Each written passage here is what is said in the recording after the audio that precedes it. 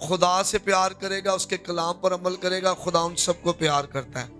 جو خدا کے لوگوں سے پیار کرے گا، خدا ان کو پیار کرتا ہے۔ جو خدا کے لوگوں سے پیار کرے گا، خدا ان کو پیار کرتا ہے۔ ضرور ہے کہ ہم جو کچھ بھی کیوں نہ ہو، ہم کچھ بھی کیوں نہ ہو، خدا کسی کا طرفدار نہیں ہے، خدا ہمیں اپنی طرف کھینچ لے گا۔ آمین۔ اور تیسری اس خوبی کیا ہے اس عجیب مشیر کی؟ اس کی قابلیت کیا ہے؟ نکالیں ذرا، اس کی قابلیت کیا ہے؟ جب ہم پڑھتے ہیں یوحنا کے کتاب میں 3 باب سے 5ویں باب تک جب ہم تلاوتیں کرتے ہیں تو وہاں پر ہمیں ذکر ملتا کچھ جو ہے واقعات کا۔ یہ جو عجیب مشیر ہے یہ انسان کی حالت سے واقف ہے، اس کے دل سے بھی واقف ہے، اس کی پوشیدہ زندگی سے بھی واقف ہے۔ یہ عجیب مشیر، اس سے کوئی چیز ڈھکی چھپی نہیں ہے۔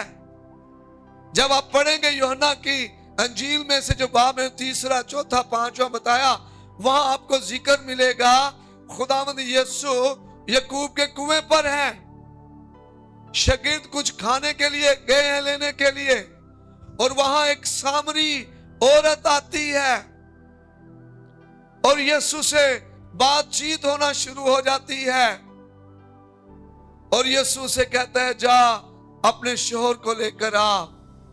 وہ کہتی ہے میرا شوہر ہی نہیں ہے۔ اسے کہا تو ٹھیک کہتی ہے، کیونکہ اب تو جس کے ساتھ ہے تیری شادی ابھی اس کے ساتھ نہیں ہوئی، تو پہلے فلاں فلاں فلاں کو چھوڑ چکی ہے۔ سنے غور سے، یہ سامری ہے، یسوع کنویں پہ بیٹھا ہوا ہے، پہلی بار یسوع کو آ کر ملتی ہے، یسوع اس کی زندگی کا سارا حال بتا دیتا ہے۔ آج اگر آپ کو کوئی بتائے آپ کے دل کی بات جو آپ نے کسی سے نہیں کی تو آپ کو کیسا لگے گا؟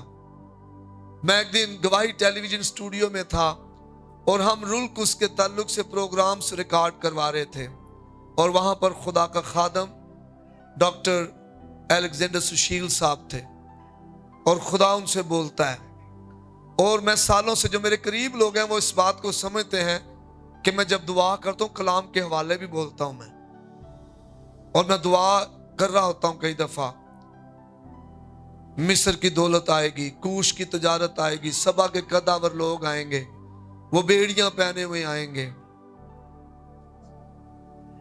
میں یہ دعا کرتا ہوں، پھر میں دعا کرتا ہوں خداوند کے حضور، اور میں دعا کر رہا تھا اور وہ ریکارڈنگ چل رہی تھی، میں بھی اسٹوڈیو میں بیٹھا ہوا تھا، اور جیسے ہی ریکارڈنگ ختم ہوئی تو میں نے کہا جی پائی صاحب ہمارے لیے دعا کریں، تو جیسے اس نے دعا کرنا شروع کی، سیم حوالہ جو میں کوٹ کرتا تھا، اور وہ کہہ رہا ہے، خدا کہہ رہا ہے تو میرا ممسوح ہے، میں تیرے آگے کے چلوں گا، میں ناہموار جگہوں کو ہموار بناؤں گا، دروازے میں کھول دوں گا، میں لوہے کے بینوں کو کاٹوں گا۔ اور میں رو رہا تھا، میرے آنسو بہ رہے تھے، کیونکہ یہ دعا تو میں خدا کے حضور کرتا ہوں۔